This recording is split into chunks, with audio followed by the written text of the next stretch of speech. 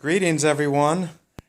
I'm in my office here waiting for my next client, and I wanted to share something with you. Back in the garden, God told Adam and Eve that there were two trees, and one tree was permissible to eat from, and one was not. And I want to take us on a journey here for a minute and consider our brains as a garden, okay? And differentiate eating from the tree of the knowledge of good and evil versus the tree of life. When Adam and Eve chose to eat from the tree of life, they had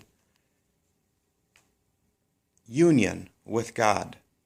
They lived in God's kingdom on earth as it is in heaven. The moment they ate from the tree of life, the tree of the knowledge of good and evil, they fell from their place in heaven on earth into what we know as the kingdom of darkness.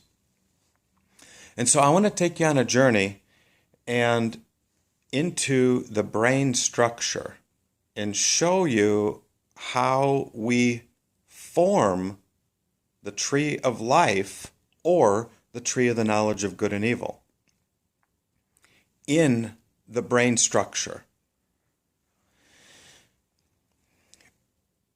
Conscious experience is derived out of connectivity of neurons in the brain. These connections of neurons, the point of connection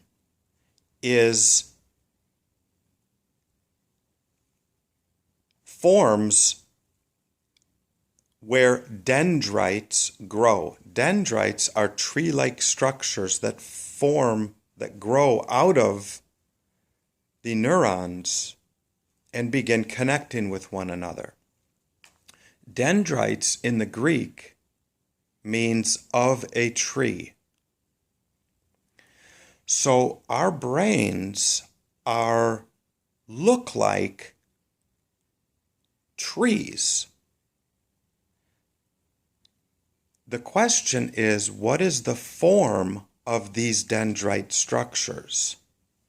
The essence of these, and I propose the essence of the form of these dendrite structures are either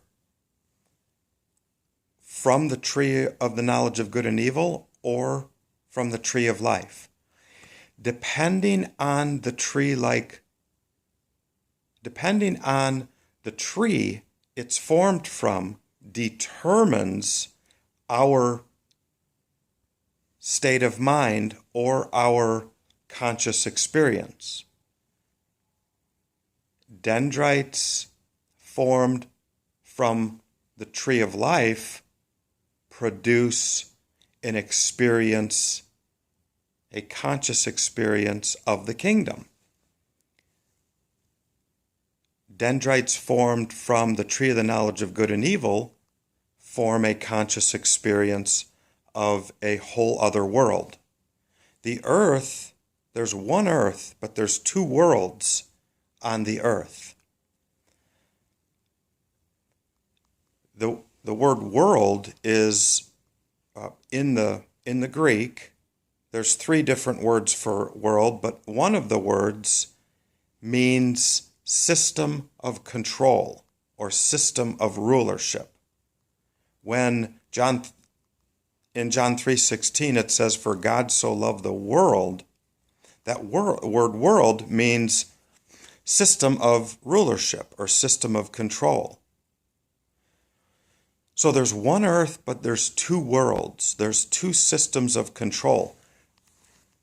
The essence of our dendrite structures determine which world we have conscious experience of. The means of forming dendrite structures out of the tree of life, producing conscious awareness of the kingdom, is receiving information of the kingdom. Jesus put it this way: seek first the kingdom. In other words, pursue information of the kingdom. Jesus was often recognized as a teacher, and rightfully so.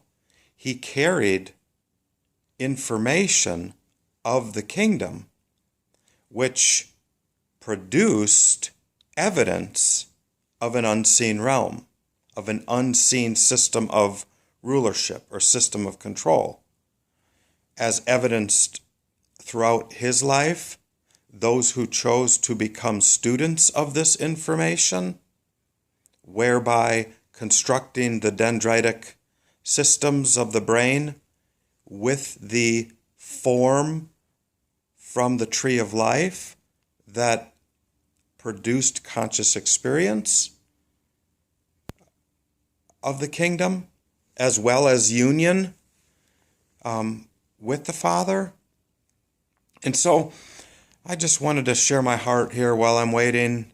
I love talking about this. I love learning about this. I love being a student of the kingdom. There's no greater endeavor for the heart of man than to seek first the kingdom.